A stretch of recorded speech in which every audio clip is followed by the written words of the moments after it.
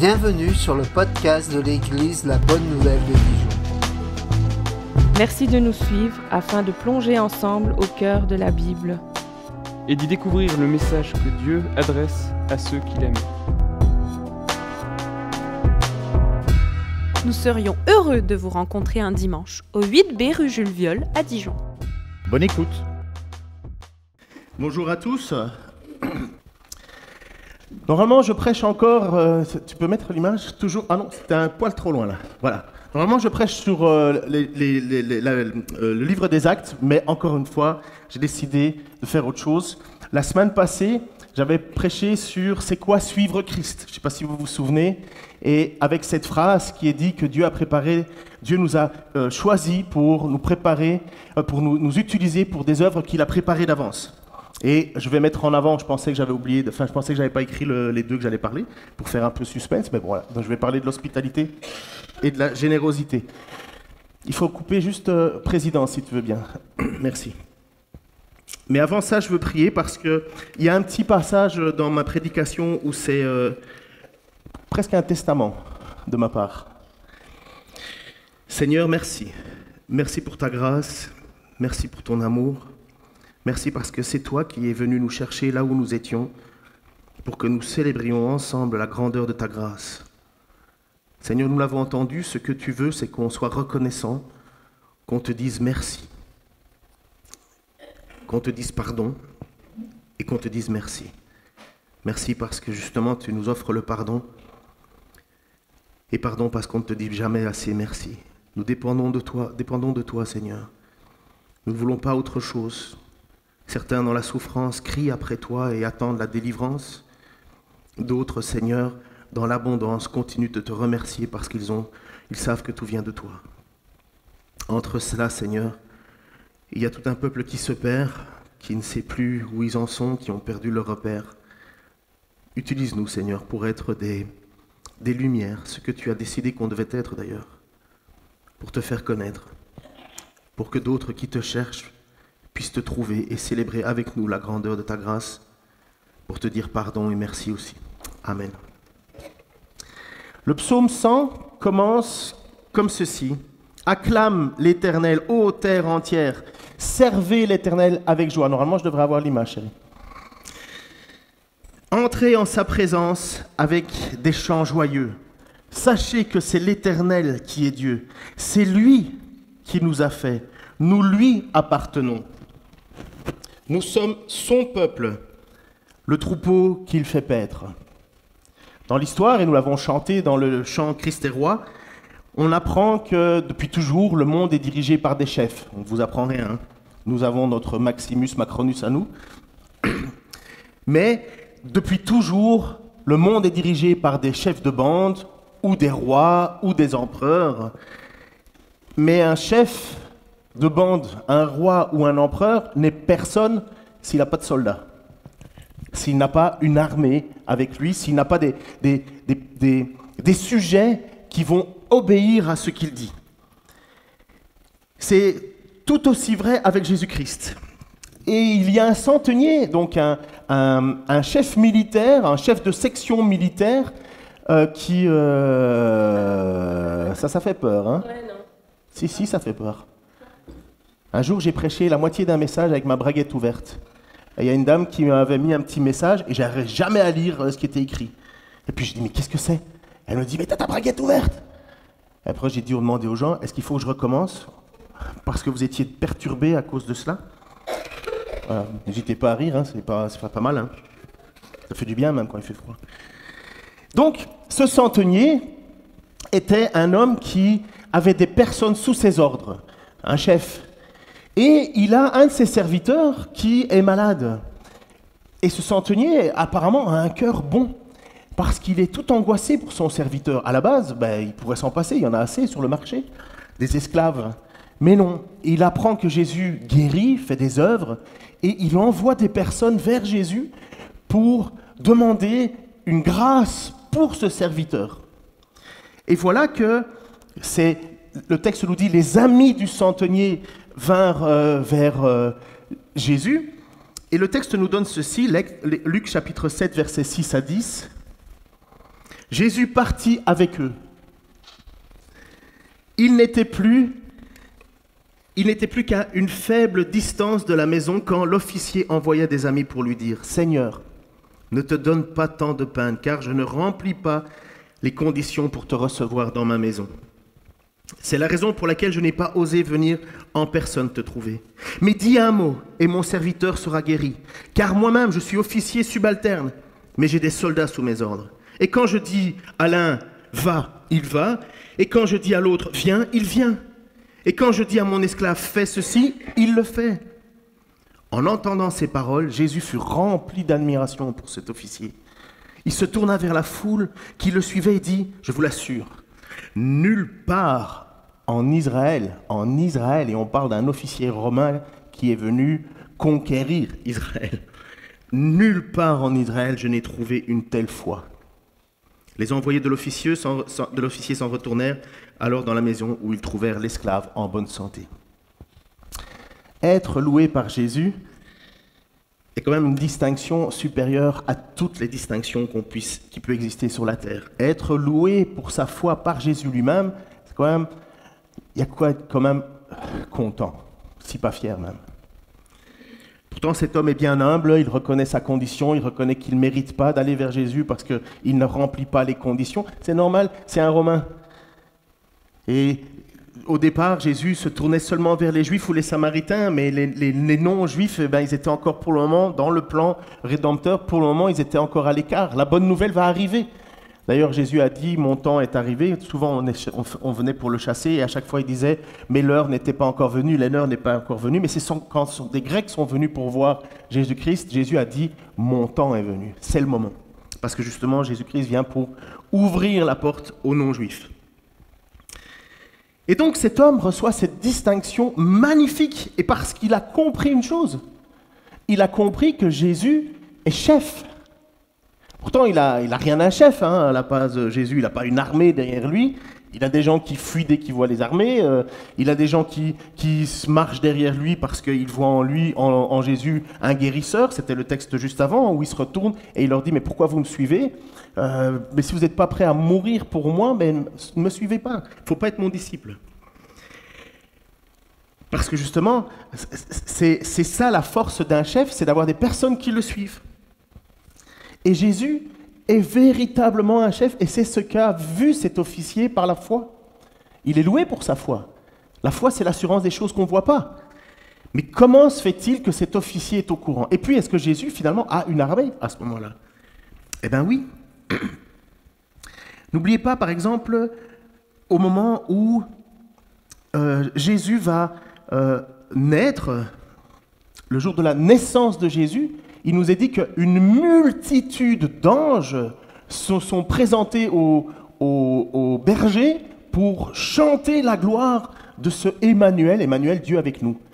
Donc, on voit déjà que dans les cieux, rien qu'à la naissance terrestre, l'incarnation de Jésus-Christ, des milliers, 10 milliers d'anges sont là. Les bergers ne comprennent pas ce qui leur arrive parce qu'on ne voit pas normalement tout cela. Ça nous est caché des yeux.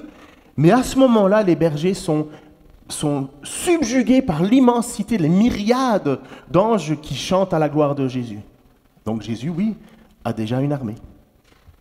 Et en même temps, le jour de l'arrestation de Jésus dans le jardin de Gethsémani, donc le jardin des Oliviers qui se trouve à Jérusalem, en face de la ville de Jérusalem. Pour ceux qui lisent un peu la Bible, vous avez la vallée du Cédron. Avec le Cédron, c'est un petit ruisseau qui parfois coule fort, parfois pas.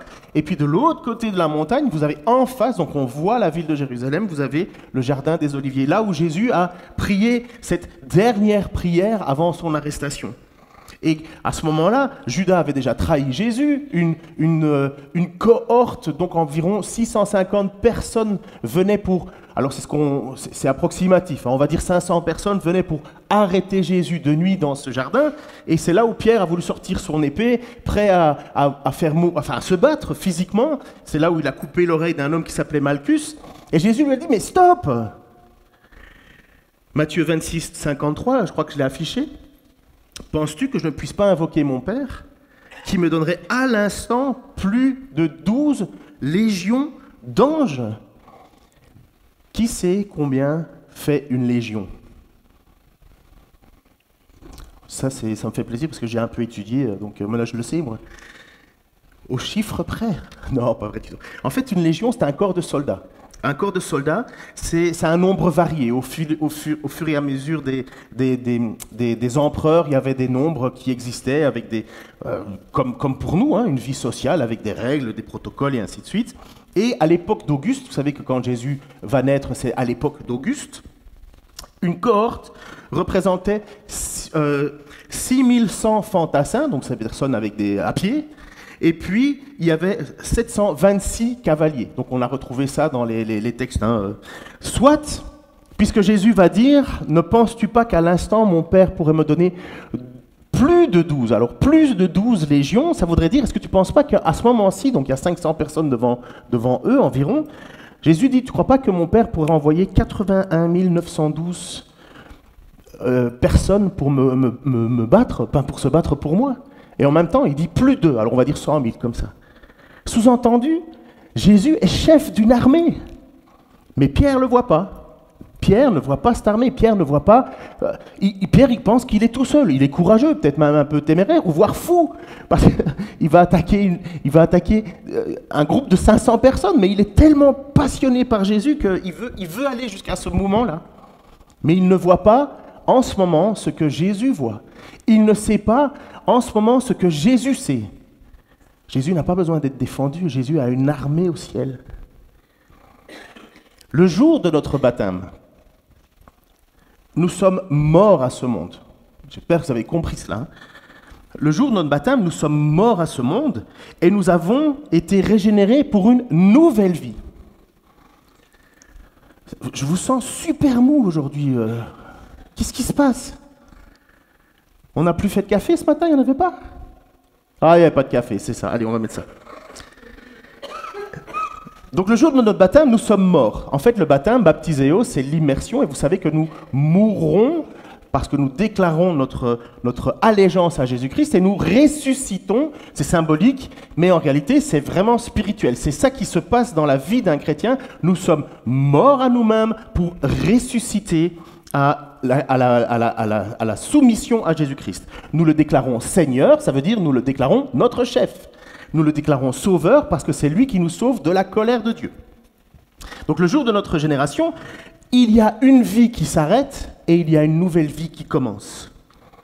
Cette vie qui commence, elle ne nous appartient plus. Même si nous sommes tiraillés, même si nous savons très bien que nous luttons avec nos propres désirs et nos propres envies, devant Dieu, notre vie ne nous appartient plus. Et j'ai une question. Alors là, il faut jouer. Hein. Comment sommes-nous délivrés de la colère de Dieu? Ouais. Alors, Jésus est passé par le sang de Christ, amen. Quoi d'autre? C'est pas faux, hein, mais c'est pas complet. Par notre conversion, ça fait partie, c'est pas faux, c'est pas complet. La repentance fait partie de l'ensemble, c'est pas faux, mais c'est pas complet. La grâce, c'est le moyen que Dieu met en œuvre, ouais. Parce que Dieu l'a voulu, amen. Tout ça, c'est... Alors, eh bien, on va lire, quoi. Vas-y, Karima, lâche-toi. Amen. Et pas seulement, hein. Parce que s'il est juste mort, on est mal, hein. Ah, voilà. Eh bien, simplement, Ésaïe 53, écrit environ 700 ans avant la venue de Jésus. Ésaïe 53 nous dit... Voilà. Mais c'est pour nos péchés qu'il a été percé. C'est pour nos fautes qu'il a été brisé. Le châtiment qui nous donne la paix est retombé sur lui. Et c'est par ses blessures que nous sommes guéris. Guéris de quoi? Du péché. Nous étions tous errants, pareils à des brebis. Chacun de nous allait par son propre chemin. Et l'Éternel a fait retomber sur lui les fautes de nous tous. Voilà le moyen dont Dieu a mis en place pour que nous puissions être pardonnés de nos fautes et pour que nous puissions naître de nouveau. Il a fallu que Jésus accomplisse cela. Si Jésus n'avait pas accompli cela, si le Messie, le Meschaïa, l'envoyé, l'élu, le oint n'avait pas été percé, s'il n'avait pas été mis à mort, nous aurions personne qui aurait pu payer pour le poids de nos fautes. Le poids de nos fautes, cette repentance fait de nous soit nous n'avons pas ça, et nous sommes encore dans une nouvelle vie, encore sous la colère de Dieu, soit nous avons ça, et nous sommes nés de nouveau. Nous sommes une nouvelle création, une création sur laquelle il n'y a plus la marque du péché, mais la marque du sang de Christ, la marque de la rédemption, tout ce que vous aviez dit qui était vrai. Mais j'ai une deuxième question, ce serait trop facile. Comment on voit qu'on est sauvé ? Ah, c'est facile de dire ce que Jésus a fait. En plus, nous avons notre frère Franck qui a prêché pas mal là-dessus. J'ai pas entendu. Changement de cœur, c'est pas mal, mais ça, je peux le faire à la maison devant ma télé. C'est pas faux, hein, c'est très bien. Notre persévérance, oui, persévérer à quoi ? Persévérer à quoi ? Hein ? Oui, un étudiant en théologie peut faire ça. Il va rester dans ses livres toute l'année. Amen. Ben, tu l'avais dit par tes actes. Tu ne peux pas mieux dire. La foi sans œuvre est morte. C'est même l'apôtre Jacques qui va écrire ça. Enfin, c'est pas un apôtre, c'est Jacques qui va écrire. Certainement le frère de Jésus qui s'est converti après la résurrection de Jésus. Et alors notre frère Franck nous a prêché cela régulièrement. Comment est-ce qu'on voit qu'on est sauvé ? Jésus l'a dit. Matthieu 5, 14, 16. Vous êtes la lumière du monde. Qui ? Ceux qui ont reçu le pardon des péchés, ceux qui sont devenus des nouvelles créations. Et puis il va utiliser une image. Une ville sur une montagne ne peut pas être cachée. Nous sommes une ville sur une montagne. Et on n'allume pas une lampe pour la mettre sous un boisseau, sous un seau. Nous sommes une lampe. Je parle fort là parce que je ne m'entends pas beaucoup à cause de mon petit rhume là. Hein ? Effet sainteté. Elle a demandé si j'avais pas mis un effet, hein, c'est pour ça que je dis effet sainteté. Hein, bon, il y a des effets cathédrales, il y a des effets, il y a plein d'effets, je ne pense pas. Bref, on n'allume pas une lampe pour la mettre sous un boisseau, donc sous un seau, on la met sur un chandelier. Pourquoi ? Parce que ça éclaire bien, c'est ça le but. Elle éclaire tous ceux qui sont dans la maison.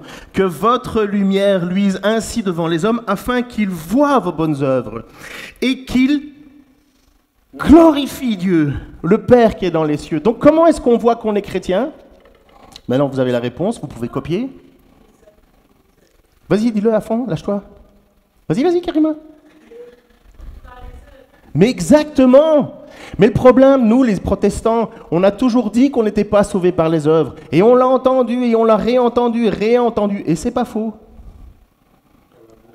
Sauf que, je ne peux pas dire que je suis chrétien si ça ne se voit pas. Je l'ai toujours dit ça.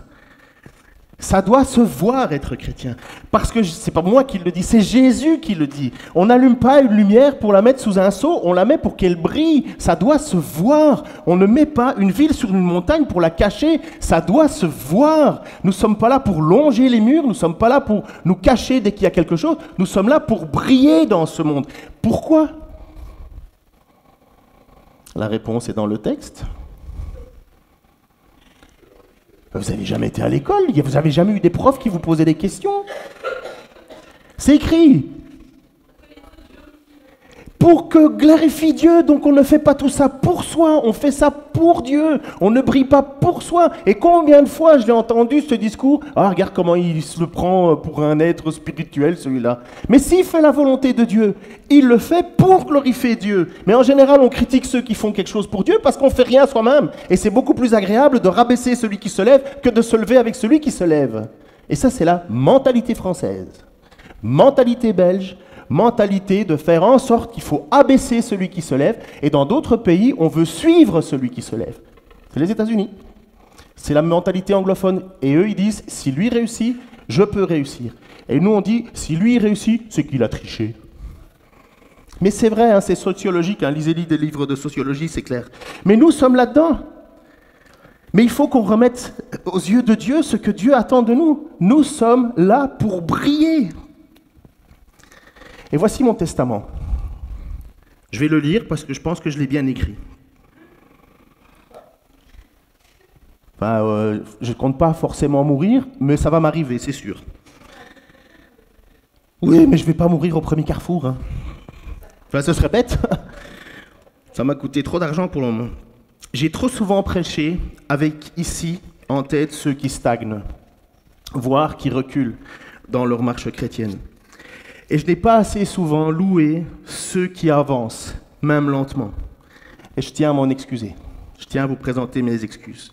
À vous qui avez comme seul désir de plaire à Dieu.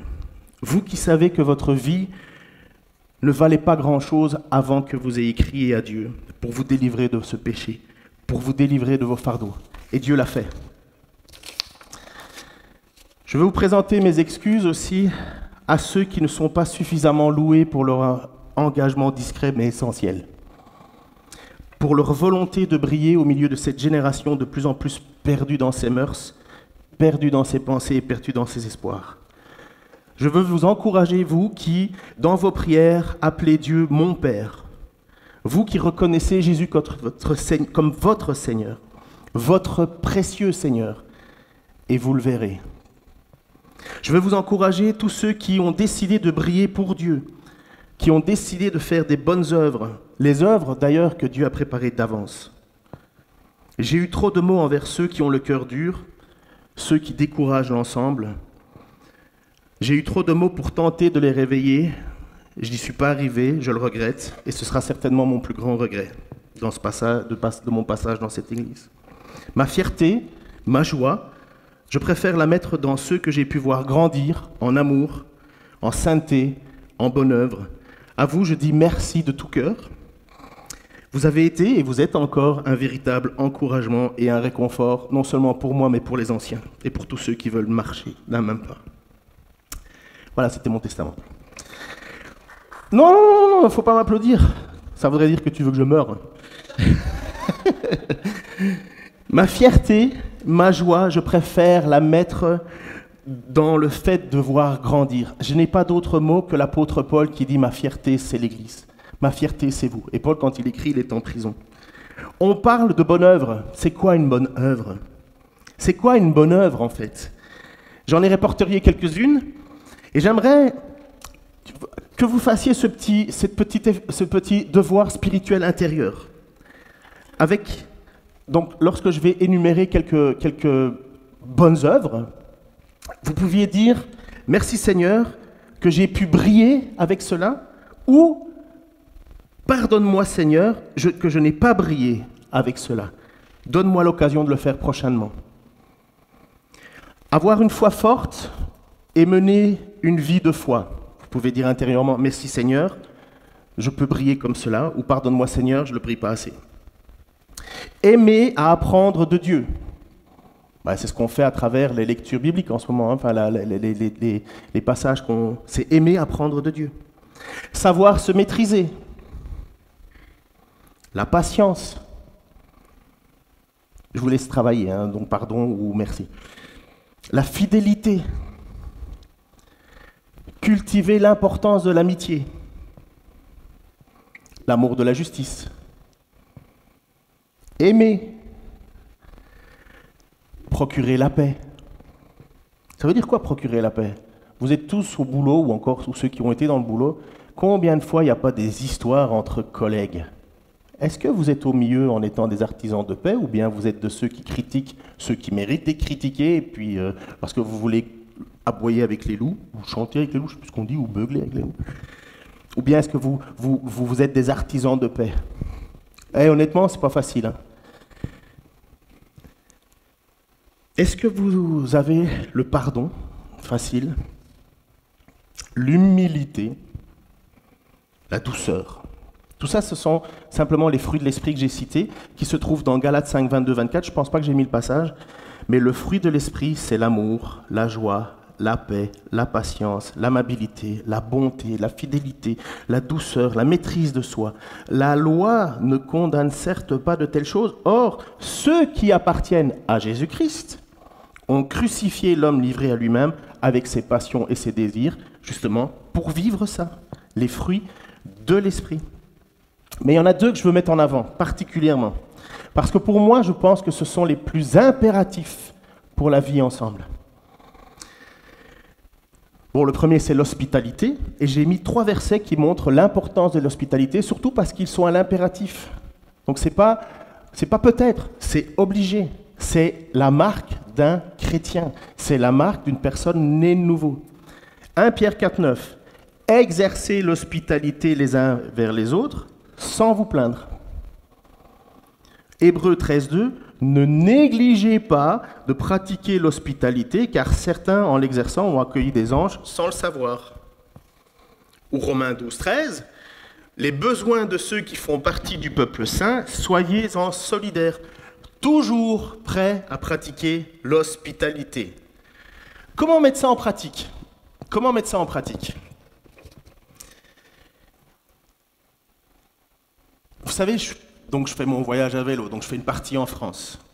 Ma première idée, c'était de dire, je vais demander et contacter chaque église sur mon trajet pour demander si un frère ou une sœur peut m'héberger une nuit et je repars le lendemain matin. Il y a des églises qui ont répondu rapidement, d'autres qui n'ont jamais répondu, et d'autres qui ont répondu, mais il a fallu le temps, la négociation. Et pourquoi j'ai pris cette démarche ? Parce qu'en fait, on n'a pas le choix de dire oui. Un chrétien qui demande l'hospitalité, on doit dire oui. Je vais répéter les passages pour être certain. Exercez l'hospitalité les uns envers les autres sans vous plaindre. Ne négligez pas de pratiquer l'hospitalité, car certains, en exerçant, ont accueilli des anges sans le savoir. Bon, je ne suis pas un ange. Ils vont le savoir.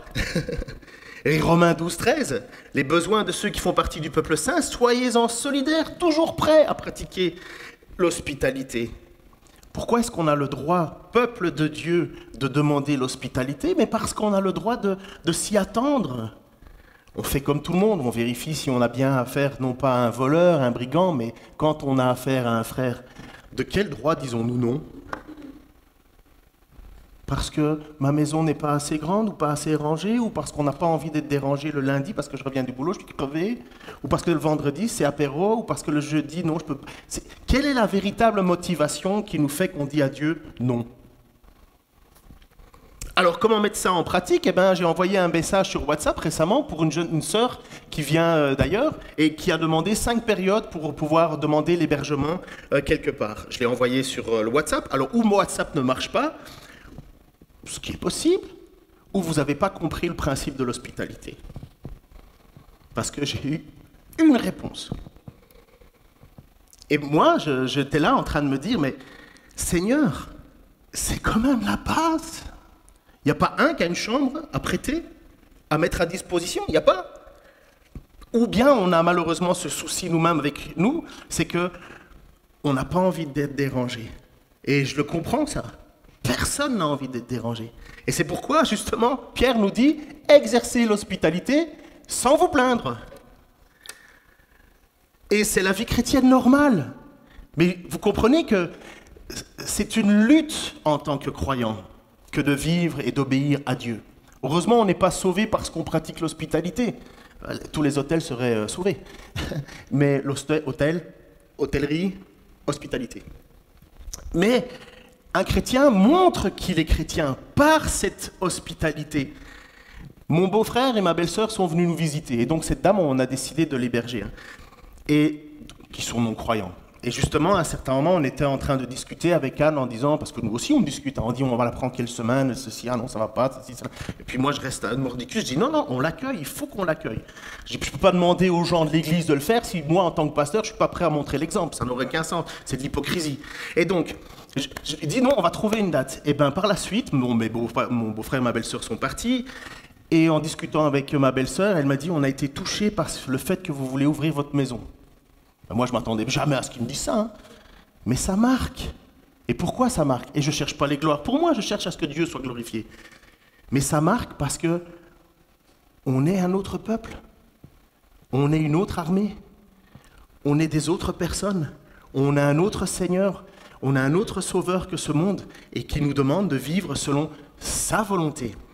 Et je le répète, ça fait partie de ce que Dieu attend de nous. Le problème, c'est que beaucoup de choses qu'on attend, vous savez, quand on dit lire sa Bible, être fidèle et tout ça, en fait, ça ne nous engage à rien. Ça ne change pas ma vie, ça. Enfin, je veux dire, ça change ma façon d'être, mais ça ne change pas mon quotidien. Je ne me pousse pas pour faire de la place à quelqu'un. Pensez-vous que cela plaise à Dieu, à votre avis, d'être hospitalier ? J'espère que vous dites oui. Est-ce que ça plaît à Dieu, l'hospitalité ? Eh bien, regardez ce que Jésus a dit, parce que je pense que, vous savez, on m'a souvent dit, quand tu tapes sur un clou, il faut taper plusieurs fois pour que ça rentre bien. Si quelqu'un, Matthieu 10, 40, 42, vous accueille, c'est moi qui l'accueille. C'est la parole de Jésus. Hein. Or, celui qui m'accueille, accueille celui qui m'a envoyé.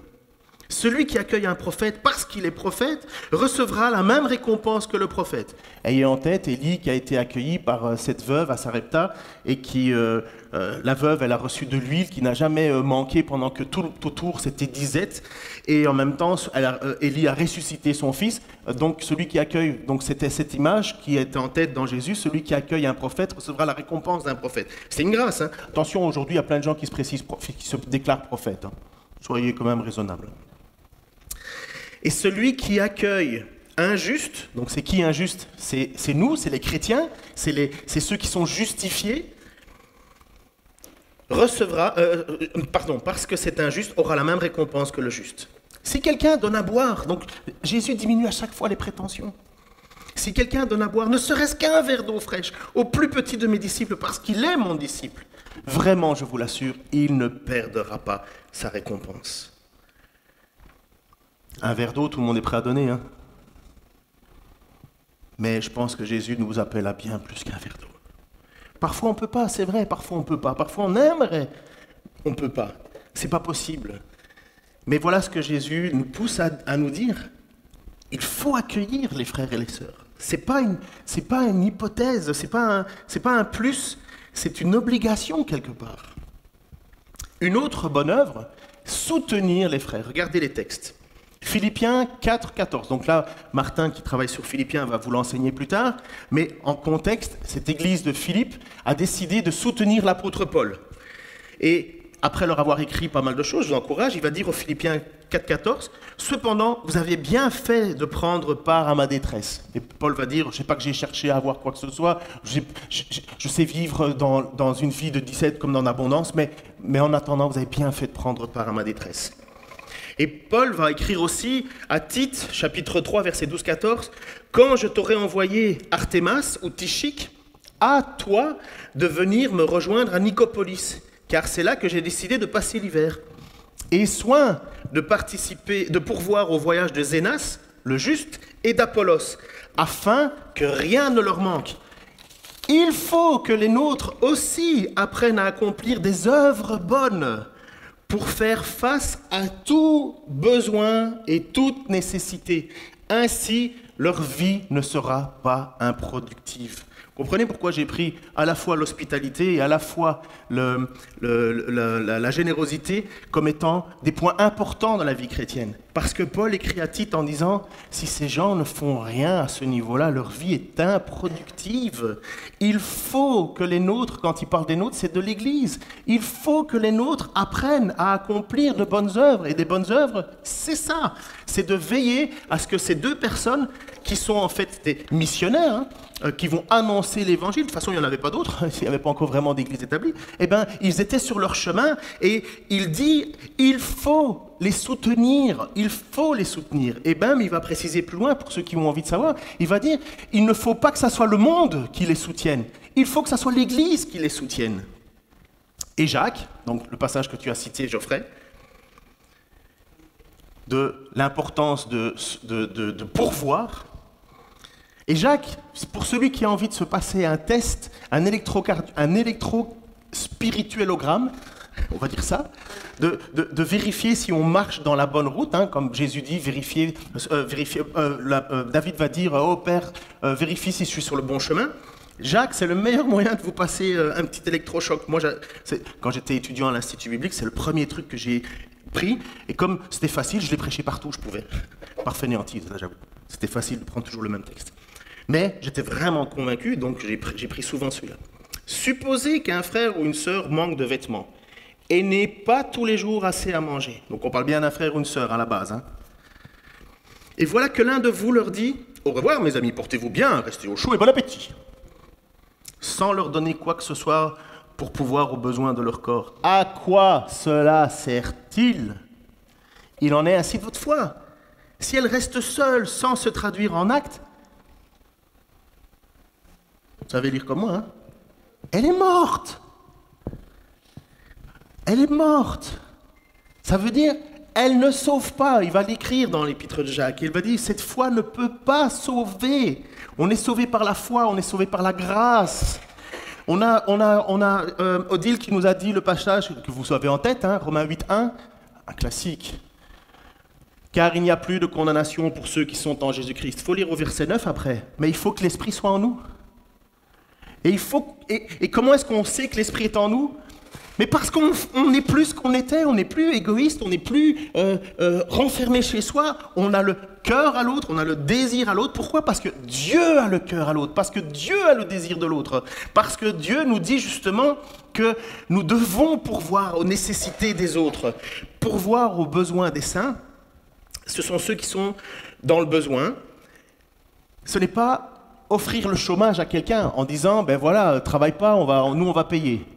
Ah là, Paul, il dit que celui qui ne veut pas travailler ne mange pas non plus. On n'est pas là pour encourager la fainéantise, là. On n'est pas là pour encourager des gens qui ne veulent rien faire. Pardon, tu ne vas pas aimer ça, mon Vincent, mais notre Vincent ne peut pas travailler. Il ne peut pas pour le moment, parce que la France ne veut pas. Pourtant, tout le monde sait que Vincent, il veut travailler. Qu'est-ce que je lui ai encouragé? Je dis, mais Vincent, va à la banque alimentaire. En attendant, fais quelque chose. Sers. Mais Vincent ne peut pas. Alors qu'est-ce qu'on fait, nous, en tant qu'Église? On l'aide. Et pour ceux qui ne le savent pas, on l'aide parce qu'on a notre association Parole et Vie qui va être bientôt mise en place. Franck et Martin vous expliqueront tout ça, enfin qui va être remis en place, mais qui existe et qui fonctionne. Mais on l'aide. Et c'est normal de l'aider. C'est pas parce qu'il ne veut pas foutre. Si Vincent voulait rien faire, vous croyez que je me serais décarcassé, moi? Je lui aurais dit, tu veux rien faire? Ben tant pis, mon grand. Mais si ce bâtiment est debout, je peux vous assurer que c'est parce que Vincent, il était partout. Hein. Bon, désolé Vincent de t'avoir mis en avant, je sais que tu n'aimes pas ça. Mais en même temps, c'est là le besoin. Et si quelqu'un ne veut pas faire quoi que ce soit, il veut juste qu'on ne fait rien. Il y a 2 minutes, je ne sais pas s'il est là, juste avant le culte, il y a un homme qui est venu, je ne sais pas si vous l'avez vu. Donc comme quoi, parfois on trouve les illustrations toutes seules. Un père et son fils. Il parle en italien, mais il vit en Allemagne, et il me raconte une histoire. Comme toujours, je vérifie. Donc sa voiture, il s'est fait voler son argent dans la voiture, parce que sa vitre arrière est cassée, il me montre des photos. Moi, il faut que j'attende encore, hein, parce que des gens qui viennent nous solliciter, on en a plein. Hein. Et puis, je dis, elle est où ta bagnole? Et il dit, elle est dehors et mon fils est dedans. Je dis, bon, on va aller voir. J'ai été regarder. Et donc, il me disait, voilà, j'ai encore quelques kilomètres à faire pour arriver en Allemagne, mais j'ai plus assez d'essence, je suis qu'à la moitié du plein, compagnie. Je suis allé avec lui, j'ai regardé, la vitre est bien cassée. Puis je lui dis, allume ton moteur, je veux voir la jauge d'essence. J'ai vu la jauge d'essence à moitié. J'ai dit, ben vas-y, mais Michael était avec moi, parce qu'on a un pseudo-alsacien italien, hein. Et qui parlait plus italien que moi en tout cas. Je dis, ben on va t'aider. On va aller mettre de l'essence dans ta voiture. Mais d'abord, ce que je fais, c'est que je vérifie. Se faire avoir, on se fera toujours avoir. Mais le problème, c'est de ne jamais rien faire pour quelqu'un qui vient demander de l'aide et qui est un frère. Ça aurait été moi qui étais en tort si j'avais rien fait. Et ça, on ne peut pas se permettre. On doit agir. Et cet homme, il vient à quel endroit? À l'endroit où il est convaincu que des frères vont pouvoir l'aider. C'est pas la première fois que ça nous est arrivé. Mais on ne peut pas fermer notre cœur en disant « Oh, c'est tous des voleurs ». Non, vérifie. C'est exactement ce que Pierre va dire au sujet des veuves, qu'il faut entretenir. Et des veuves, elles n'avaient aucune ressource, il n'y avait pas de système social, il n'y avait rien. Et donc elles étaient soutenues par l'Église. Et Pierre dit, il faut quand même vérifier si elles sont bien veuves, hein, parce qu'on ne va pas enlever la nourriture de la bouche de quelqu'un qui en a vraiment besoin pour la donner à quelqu'un qui n'en a pas besoin. Ou bien ce sont des veuves dont les enfants qui se disent chrétiens ont décidé de ne pas s'occuper de leur famille. Et c'est pour ça qu'il va dire, celui qui ne s'occupe pas de sa famille est aussi indigne qu'un non-croyant. Donc vous comprenez que l'importance qui reflète le fait d'être né de nouveau, d'être une nouvelle créature, une nouvelle création, de marcher selon les volontés de Dieu, on a des occasions que Dieu place devant nous. Dieu place devant nous des occasions parce qu'il nous a fait naître de nouveau afin que nous accomplissions des bonnes œuvres qu'il connaît, préparées d'avance pour que nous les accomplissions. Bon, vous le savez, Dieu nous a ressuscités, placés sur la terre pour que nous accomplissions son œuvre. Pourquoi? Pourquoi est-ce que j'ai parlé au début d'une armée? Pourquoi est-ce que j'ai dit qu'au ciel, Dieu a plein de monde? Que Jésus n'a pas besoin qu'on le défende avec une épée devant 500 personnes. Il dit, écoute, en une seconde, j'ai 100 000 qui sont là.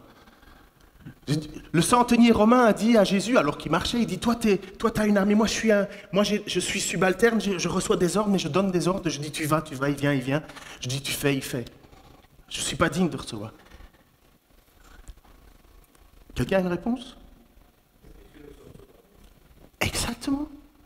Nous sommes son peuple que Dieu a élu avant la fondation du monde afin que nous accomplissions des bonnes œuvres qu'il a préparées d'avance afin que nous les accomplissions. C'est clair, il me semble. C'est logique. C'est dérangeant, ça je reconnais. Mais c'est logique, oui ou non?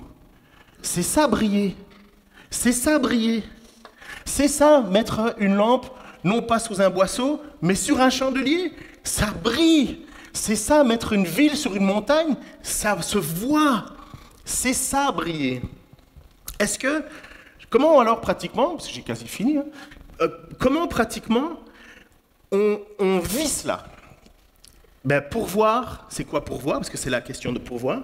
Pourvoir, c'est participer aux besoins des saints. Pourvoir, c'est de soutenir déjà ton Église. Parce que ton Église, elle a comme but quoi? Annoncer l'Évangile. Faire connaître l'Évangile, secourir et reprendre, encourager, édifier, exhorter. Mais en même temps, c'est pas que ça. Par exemple, Raciel, je veux revenir avec mon Raciel parce que là aussi c'est affiché. Je lui parle avec lui et je dis, Raciel, comment ça va toi? Est-ce que ça marche financièrement? Parce que vous savez que Raciel, il vient de Bolivie. Je ne sais pas si vous avez déjà regardé le prix intérieur brut de la Bolivie et combien il gagne en Bolivie, c'est 0. Mais il a fait quand même le choix de la grâce. Et je lui dis, Raciel, tiens, j'avais parlé déjà 2-3 fois de toi. Est-ce que ça va un peu? T'es un peu soutenu? Il était gêné. Je ne vais pas aller plus loin, j'ai dit que je ne me focaliserai pas sur ce qui ne va pas. Mais vous avez tout compris. Mais comment est-ce qu'on peut faire? Comment est-ce qu'on peut briller? Tu prends ce papier de virement et tu t'engages pour que le reste, tu te dis, voilà, je vais faire 6 virements mensuels, jusque de 10 euros, de 5 euros, de fait selon tes moyens, mais brille. Parce qu'au final, qu'est-ce qui va se passer? Regardez ce qui va se passer. Et c'est ça qui est la beauté de la chose avec Dieu. À votre avis, Raciel, il va remercier qui? 2 Corinthiens 9, 12, 14.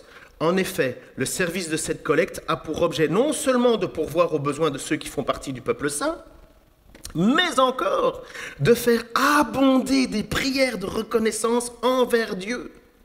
Par ce service, vous allez démontrer la réalité de votre engagement. Aussi, ces membres du peuple saint loueront-ils Dieu pour l'obéissance par laquelle s'exprime votre foi en l'évangile de Christ. Ils le loueront aussi pour la largesse avec laquelle vous partagez vos biens avec eux et avec tous. Ils prieront pour vous, traduisant ainsi l'affection qu'ils vous portent à cause de la grâce surabondante que Dieu vous a accordée. Ça, c'est le deuxième effet. Le premier effet, c'est que vous brillez. Le deuxième effet, c'est que Dieu est loué. C'est ça la beauté du peuple de Dieu. On est un peuple appelé à briller. Il y a d'autres bonnes œuvres, mais il n'y en a pas qu'une seule il n'y en a pas une seule qui soit juste une simple pensée. Une bonne œuvre, ça se traduit par des actes. Une bonne œuvre, ça se traduit par la réalité de quelque chose que je transforme dans ma vie. Le temps que je donne pour quelqu'un, l'énergie que je donne pour quelqu'un. Ce n'est pas une bonne œuvre, ça ne se fait pas du fond de son canapé. Jamais, jamais, jamais. Ça, c'est du travail sur soi-même. Ce n'est pas juste un sourire amical à la sortie de l'église, une bonne œuvre. Ce n'est pas une petite discussion, une petite prière, on a vu tout cela. Une œuvre, ça se voit, mais on ne fait pas l'œuvre pour être vu, mais nous brillons à travers nos œuvres. Nous sommes heureux lorsque nous faisons, et lorsque brillons, nous sommes heureux de pouvoir aider. Nous sommes profondément dans la joie de pouvoir faire des œuvres parce qu'on sait qu'on se met en second pour mettre quelqu'un en premier. C'est une grâce de faire ça. L'apôtre Jean, et ça sera mon texte que je vais vous lire, je vais quasi que le lire, je ne vais pas l'expliquer, j'espère. L'apôtre Jean va, dans sa 3e lettre, écrire à un certain Gaius. Donc si vous avez envie de lire un livre biblique, un chapitre. 3 Jean, c'est un chapitre. Il va parler à un certain Gaius. Oh, tu vas trop vite là. Tu piques mon effet là. Reviens en arrière. Ok, parfait. Un certain Gaius. Mais qui est Jean, déjà? Qui écrit? Qui est l'auteur? Qui parle? Jean, c'est un apôtre. fils du tonnerre, on l'appelait. Boanerges, pour ceux qui aiment bien parler grec. Il a un frère et ils sont des nerveux. C'est eux qui voulaient faire mourir, détruire une ville à un certain moment de Samarie. Jean, c'est en même temps un disciple. Quand vous lisez l'évangile de Jean, vous sentez qu'il y a une relation particulière avec Jésus. Il va écrire des choses qu'on ne voit pas dans les autres évangiles.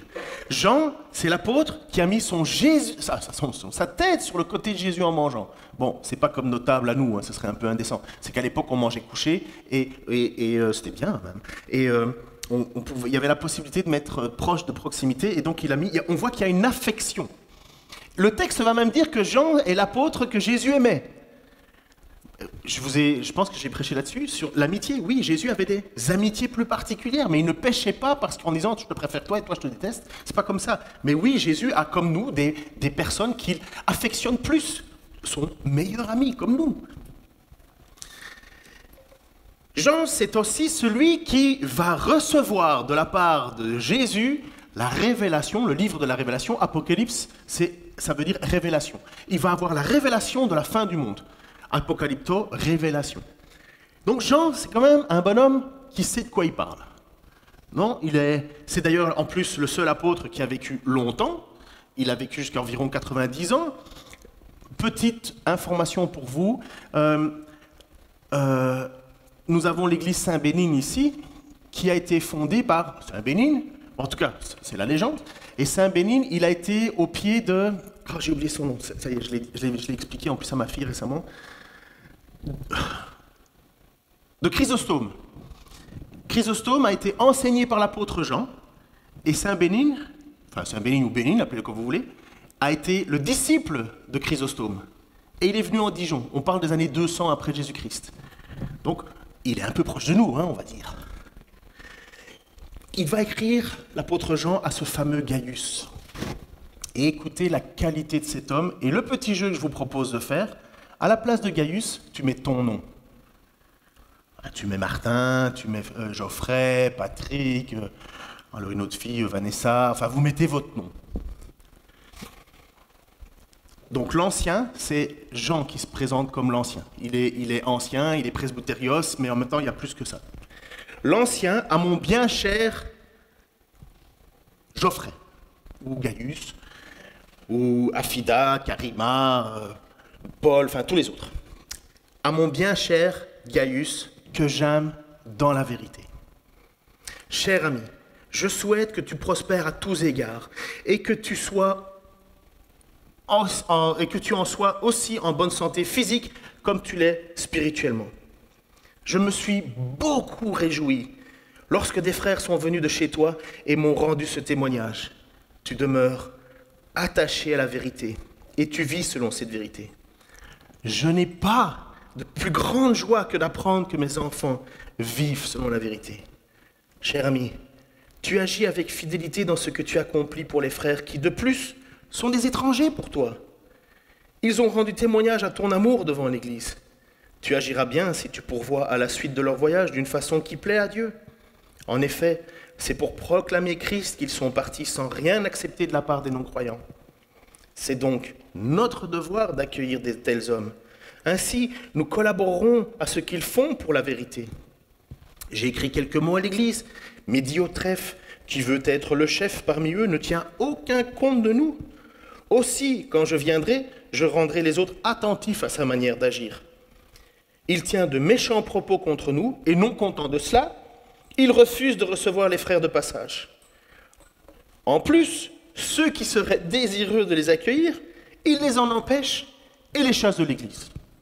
Cher ami, n'imite pas le mal, mais le bien. Celui qui fait le bien est de Dieu. Celui qui commet le mal ne sait rien de Dieu. Quant à Démétrius, tout le monde n'en dit que du bien, et la vérité elle-même témoigne en sa faveur. Nous lui rendons aussi un témoignage positif. Et tu sais que notre témoignage est vrai.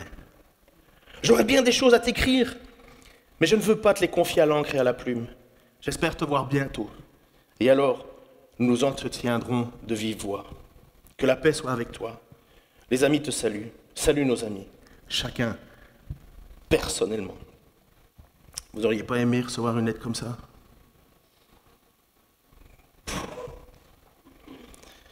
Seigneur, tu es le Dieu qui t'est constitué un peuple. Dans la prière que tu nous as apprise, tu nous dis que ta volonté soit faite au ciel, sur terre comme elle est au ciel. Nous savons, Seigneur, l'armée que tu as au ciel. Nous savons, Seigneur, les myriades et les myriades d'anges qui plient le genou devant toi. Nous savons que tu es l'alpha, l'oméga, le commencement, la fin. Nous savons que tu peux appeler à la vie ce qui était mort. Tu as décidé de poser ton regard sur nous. Tu as décidé de nous amener à la vie. Nous qui étions morts spirituellement, nous sommes nés de nouveau grâce à toi, grâce à ton sang, parce que tu as été percé. Seigneur, nous avons cru. Et nous avons connu que tu es le Fils, que tu es le Christ, le Fils du Dieu vivant. Tu as tout accompli pour nous. Il n'y a rien que nous puissions faire de plus pour être sauvés. Mais tu nous appelles à être ce que tu veux que l'on soit. Ton armée à qui tu dis va et elle va, viens et elle vient, fais ceci et elle le fait. Oh Seigneur, comme tu as parfois dur à lutter contre ma propre volonté. Parfois je ne me soumets pas, Seigneur, et je n'ai aucune raison. Parce qu'en réalité, en plus, je veux être heureux. Je veux être heureux de te plaire, je veux être heureux de faire ce que tu attends de moi. Je n'ai pas d'autre plus grand plaisir que cela, Seigneur. Je te prie pour moi et pour mes frères et sœurs, que nous puissions justement briller comme tu attends que l'on brille. Que l'on puisse, Seigneur, saisir maintenant les occasions qui nous sont données pour accomplir ta volonté. Et Seigneur, tu nous promets de ne jamais nous abandonner dans ces moments-là. Au contraire, tu en es heureux. Combien de fois je pleure, Seigneur, sur ma vie parce que je ne fais pas ce que tu veux, parce que j'ai péché, parce que je n'ai pas fait ce que tu voulais. Et oh, combien de fois je ne suis pas suffisamment heureux parce que tu es heureux que je t'obéisse. Change nos cœurs, Seigneur. Parce que oui, tu es un ami fidèle et tendre. Et nous allons chanter. Tu es vraiment un ami fidèle et tendre. Amen.